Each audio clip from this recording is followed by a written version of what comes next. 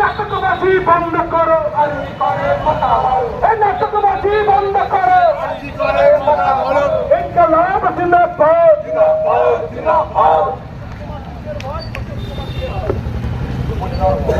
এই শাসক তোমার কিসের ভয়? শাসক তোমার কিসের ভয়? পুলিশ তোমার কিসের ভয়? পুলিশ তোমার কিসের ভয়? ইনকলাব জিন্দাবাদ। এই আমার মাটি আমার মা, এই আমার মাটি আমার মা, এই আমার মাটি আমার মা। এই তিলোত্তমার কসম খাও, এই তিলোত্তমার কসম খাও। ইনকলাব জিন্দাবাদ। We want justice. We want justice. Fight for justice. Fight for justice. We want justice.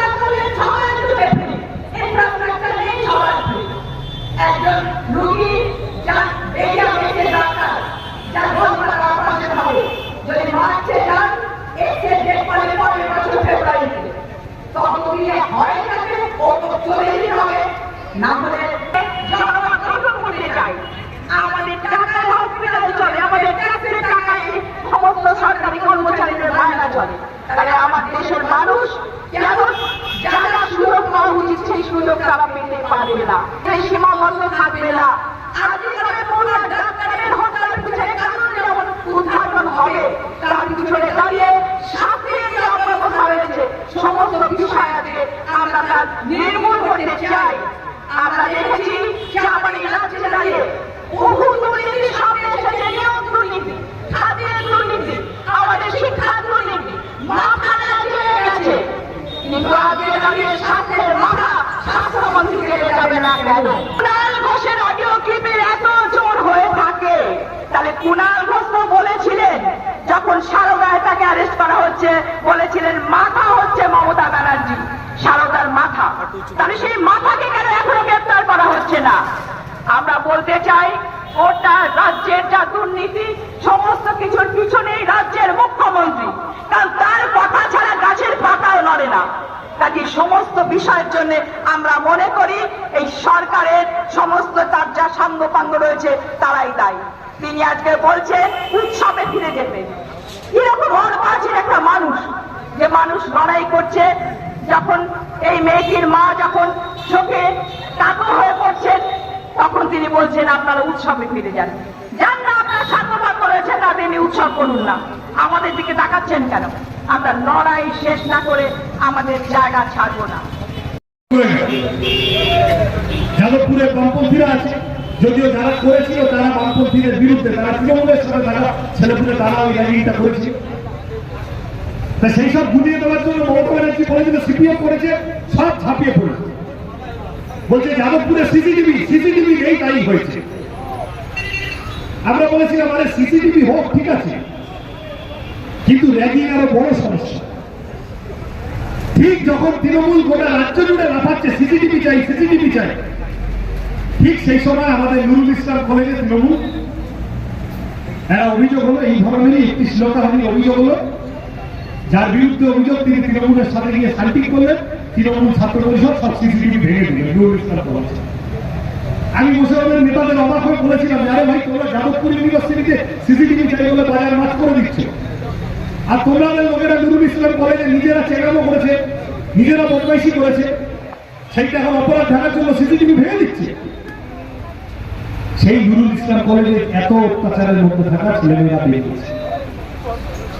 এই যা দুর্নীতি, যা অত্যাচার গত 12-13 বছর ধরে তৃণমূল করেছে, এই অত্যাচারের বিরুদ্ধে মানুষ যেভাবে ফুঁসে উঠেছে, যেভাবে খেপে উঠেছে, এই খেপে ওঠা মানুষ পাড়ায় পাড়ায় এই আন্দোলন নিয়ে যেতে পারে। পাড়ায় পাড়ায় জাস্টিস ফর আরজি কর, আর কেবল আরজি করের জন্য জাস্টিস না, লক্ষ লক্ষ তিলোত্তমা তো নেমেছে। কিন্তু তোমার পাড়ার মধ্যে কে সন্দীপ ঘোষ আছে? তোমার পাড়ার মধ্যে কে চোর, গুন্ডা, চিটিংবাজ, ডাকাত তৃণমূলের আশেপাশে থেকে এখন খুব বাতক হয়েছে, বেরিয়েছে, পাড়ার মানুষকে অত্যাচার করে? তার বিরুদ্ধে কথা আস্তে আস্তে আস্তে বলতে হবে। তৃণমূলের বাজার খারাপ। যে মমতা ব্যানার্জি সব আন্দোলনকারীদের পায়ের ওপর মারিয়ে দিয়ে চলে যেত, সেই মমতা ব্যানার্জি এখন ডাক্তারি ছাত্রদের ডেকে ডেকে বলছে চা খেতে আসো, চা খেতে আসো। তারা বলছে যাবো না আপনার কাছে। সবাই খুঁজে গেছে তো চিঠিবাস কতদিন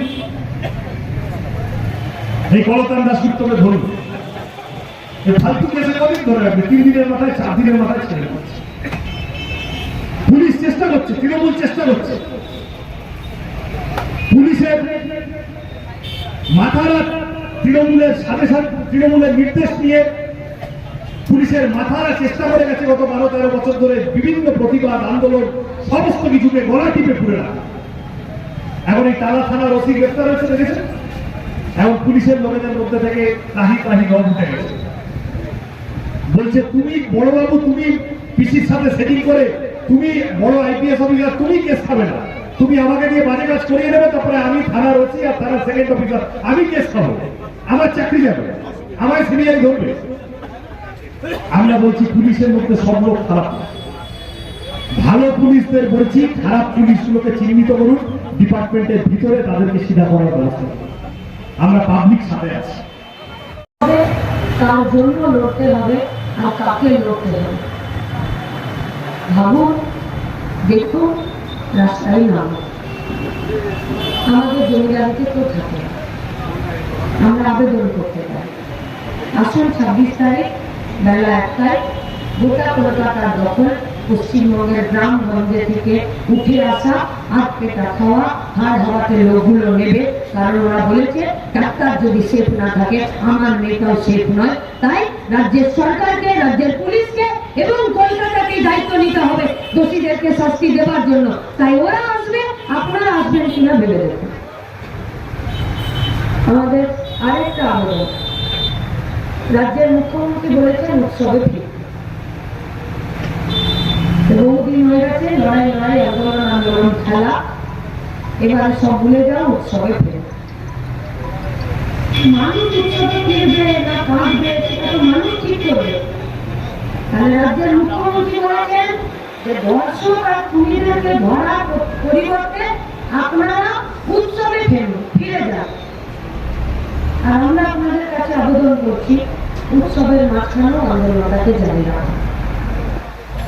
এবছর পুজোতে একটা জামা কম কিনুন, একটা একটু কম দামি জামা কিনুন, পরিবারকে একটু কম উপহার দিন, একটা দিন বাইরে বেরিয়ে কিছু জিনিস কম খান, একটা দিন বাইরে বেরিয়ে ঘুরতে যাওয়ার গাড়িতে একটু কম খরচা করুন।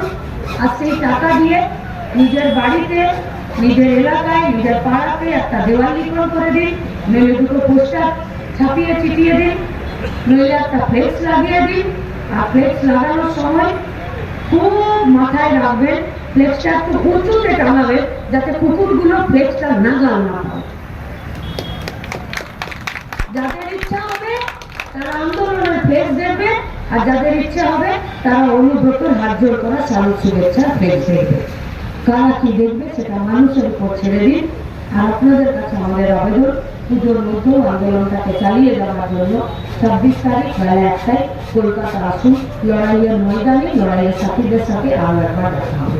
ইনশাআল্লাহ।